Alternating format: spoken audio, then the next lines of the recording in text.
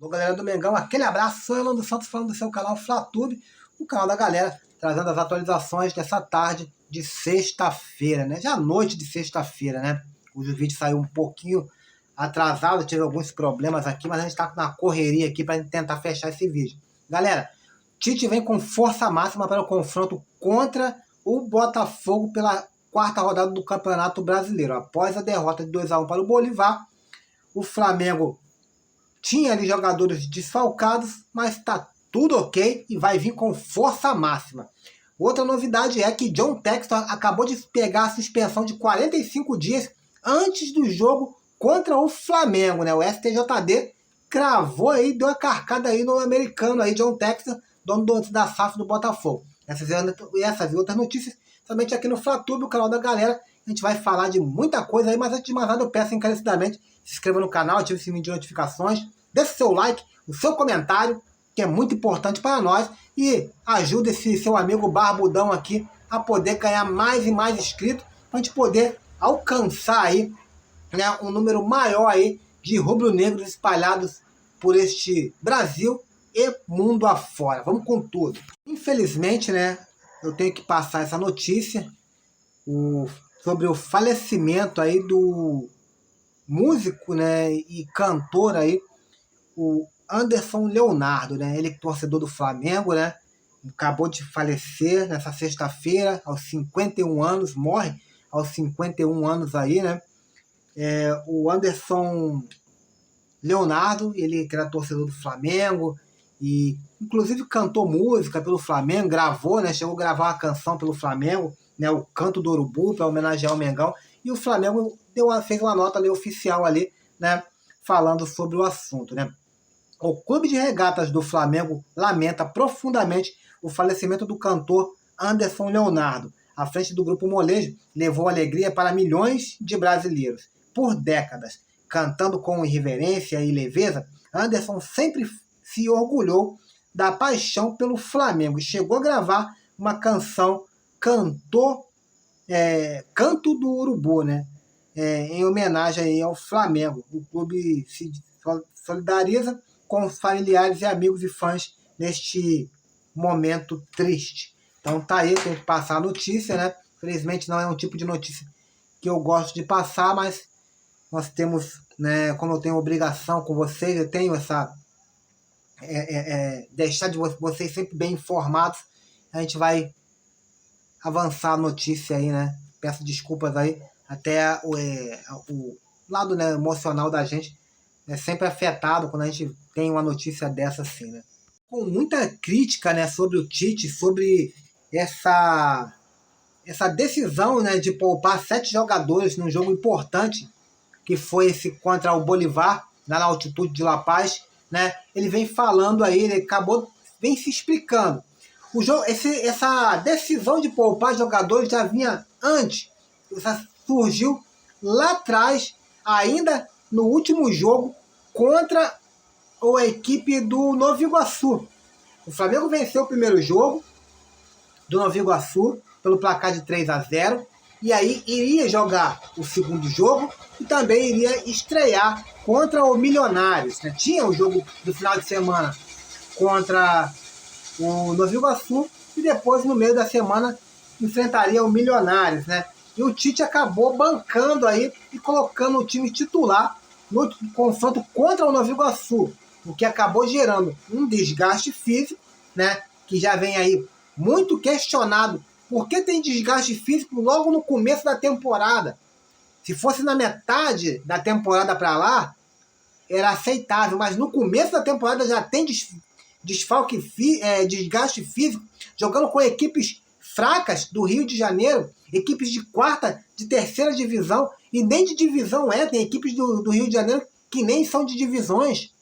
Então, assim, é meio complicado. E no jogo, nós fizemos um vídeo aqui, que foi um vídeo anterior à final da Copa a final, né, do Carioca. Eu tinha falado aqui, tinha alertado, não tem necessidade alguma do Tite escalar o time titular contra o Nova Iguaçu, já que nós vencemos o primeiro jogo por 3-0. A gente tinha um placar de 3-0, o Flamengo poderia perder até mesmo por 2-0, que seria campeão, Mesmo assim, o Tite teimou e optou aí por escalar. E a partir desse momento, começou os desfalques, né? E começou aí os desgastes físicos do Flamengo. Isso porque no final de semana enfrentou o Nova Iguaçu, jogou mal pra caramba, aí depois jogou o meio da semana aí numa viagem que foi para Bogotá para enfrentar o Milionários, né? Um jogo que empatou em 1-1, né? Pela estreia do Campeonato Carioca. Era um lugar que você demorava 7 horas para chegar, 7 horas de viagem, altitude.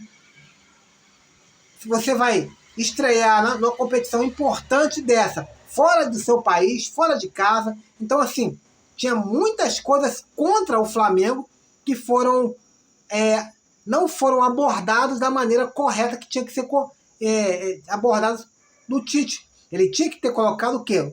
Time reserva contra o Nova Iguaçu, ia com a rapaziada toda fresquinha contra o Milionários, quem sabe a gente sairia de lá com um placar diferente. Agora, na terceira rodada novamente da Copa Libertadores, jogo que valia aí a liderança, um jogo que valia a liderança, o Tite mais uma vez pega um número de 7 jogadores e não viaja com a delegação para a Bolívia, e o Flamengo acaba perdendo aí o jogo e não se complicou, ainda mais por causa do Palestino, porque o Palestino venceu pelo placar de 3-1 o Milionários, e fechamos aí a terceira rodada, né, do grupo E, ainda em segundo, porque graças ao clube rival, graças ao Palestino. Agora, a gente vai iniciar o grupo E, né, o segundo turno do grupo E da Libertadores da América. Vamos ter 2 jogos dentro do nosso domínio, dentro do Maracanã, e um jogo somente no Chile. Não tem desculpa de altitude, vai ter a desculpa de quê? Dele poder saber poupar, saber fazer o rodízio na hora certa e entregar o que tem que ser entregue lá na Libertadores, nos jogos que devemos ganhar, contra o Bolívar e contra o Milionários aqui dentro da nossa casa, dentro do Maracanã. Aqui a gente tem que mostrar que nós somos Flamengo. Vamos falar de Flamengo e Botafogo. O Flamengo venceu 7 dos 10 últimos jogos aí contra a equipe do Botafogo. O Flamengo tem uma plena vantagem aí sobre o clube, né, do Botafogo. Foram 10 jogos, e aí a gente vai falar os números, né? Desses 10 jogos, foram 7 vitórias a favor do Flamengo, 2 derrotas, 1 empate. O Flamengo tem 73% de aproveitamento, 14 gols marcados e apenas 7 gols sofridos. Quer dizer, é uma média aí do Flamengo vencer de 2-1, mas por aí, né? Como se fosse toda vez que o Flamengo vencesse aí, fosse por um placar de 2-1, mais ou menos, né? A última vez que o Flamengo jogou contra o Botafogo, venceu. Foi aquele jogo mágico do Bruno Henrique lá no tapetinho, né, do Nilton Santos. O Flamengo foi lá, venceu, fez o dever de casa no Campeonato Brasileiro. Agora o Flamengo volta a confrontar-se contra o Botafogo. Agora esse jogo vai ser no domingo, próximo domingo, às 11 horas da manhã, um horário ridículo, né, para mim, na minha opinião. E o Flamengo tem aí, né, força máxima para enfrentar o Botafogo. E a gente vai falar disso agora. De chave virada de Libertadores, saindo de Libertadores, voltando aí para o Campeonato Brasileiro, o Flamengo mede forças aí contra o Botafogo. O Flamengo vem de força máxima. A provável escalação é Agostinho Rossi no gol, Varela, dupla de zaga titular, Léo Pereira e Fabrício Bruno, Ayrton Lucas, Eric Pulgar, Nicolás de la Cruz, Arrascaeta, Bruno Henrique, Luiz Araújo e Pedro no comando do ataque. Únicos desfalques aí do time titular é o Cebolinha, né? Everton Cebolinha. Nicolás de la Cruz também ainda é dúvida, né? Apesar de ter colocado aqui na provável escalação, ele ainda é dúvida devido aí muitas minutagens aí. Ele também acabou de jogou boa parte do jogo lá na altitude, então vai ser reavaliado aí sobre os desgastes musculares do Nicolás de la Cruz, e pode ser que ele venha a ser o único desfalque. Se caso ele venha a ser desfalque, vai ter a opção aí de Alan. Alan já está recuperado aí, né, novinho em folha, para poder atuar aí com a camisa do Mengão. Esse confronto contra o Botafogo, o Flamengo tem uma esperança aí de um gol, né?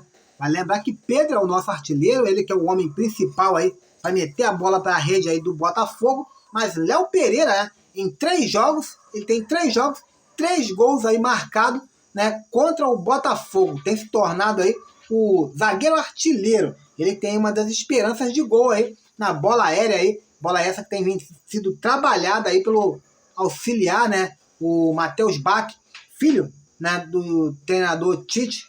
Ele tem treinado aí as bolas aéreas aí, as bolas paradas aí, ele é responsável e tem dado muito certo. O Botafogo terá um desfalque de peso aí na guerra dos bastidores para esse confronto contra o Flamengo. Isso porque o americano e investidor dono da SAF do Botafogo, John Textor, acabou de ser suspenso nessa sexta-feira pelo STJD por xingar a CBF, né? Fora isso também tem acusações aí que não foi comprovada aí sobre manipulação de jogos e resultados. O jogo esse que ele citou foi o jogo do São Paulo e Palmeiras, né? Jogo no qual o Palmeiras iniciou aí a arrancada, né, para o título aí, no qual o Botafogo aí deu de bandeja aí para o Palmeiras, né? Então, John Textor está suspenso aí por 45 dias e além disso ainda terá que pagar uma multa aí de 100 mil aí para a CBF, né? O Procon do Amazonas e a Comissão de Defesa do Consumidor procuraram o Amazonas Futebol Clube para ouvir explicações a respeito dos altos preços aí dos ingressos anunciados para a partida entre Amazonas e Flamengo pela Copa do Brasil, né? A notificação foi feita nesta quinta-feira. Teve ingressos aí avaliados aí em R$ 1.700 aí, né? E esses valores muito altos, valor absurdo aí, né? Acabou sendo alguém claramente aí, né? Denunciou, fez a denúncia e o clube foi notificado, né, nessa quinta-feira e agora vai ter que dar explicações aí pelo ocorrido. O Amazonas seria um time que é recém-criado, né? Ele foi criado em 2019, né? E já chegou, foi campeão ano passado da Série C do Campeonato Brasileiro. Esse ano vai disputar a Série B, né? Mas está aí querendo passar a mão aí, né? Tá querendo se aproveitar da partida contra o Flamengo, né? Ele que manda os jogos sempre na Arena Amazonas, mas com esses valores não dá. Vamos com tudo, vamos avançar aí. O Mengão tá indo pra cima aí, tá mirando. Segundo o jornalista argentino, o Flamengo mira atacante, né, da Internacional de Milão. Informação nova, informação quentíssima aí. Segundo o jornalista argentino Uriel Lug, né, o Flamengo estaria disposto a contratar, estaria interessado na contratação do atacante chileno Alex Sanches. Hoje ele pertence à Internacional de Milão, que foi a campeã da Série A Team, né, do campeonato italiano, né? Alex Sanches tem 35 anos de idade, já foi notificado pela Internacional que não terá o seu contrato renovado, então ele ficará livre para assinar com qualquer outra equipe a partir do mês de junho, né? E antes da janela de transferência iniciar, o Flamengo e alguns outros clubes, é claro, já estão monitorando aí a situação do atacante. Vai lembrar que o Galatasaray e a Udinese da Itália também estão de olho aí no atacante de 35 anos, Alex Sanches. Coloca nos comentários, você acha que o Alex arrebentaria aqui no Flamengo? Ou ele seria uma contratação tipo a do Vidal? Coloca aí nos comentários que eu quero saber. Galera, esse é o vídeo de hoje. Fique com Deus. Fui!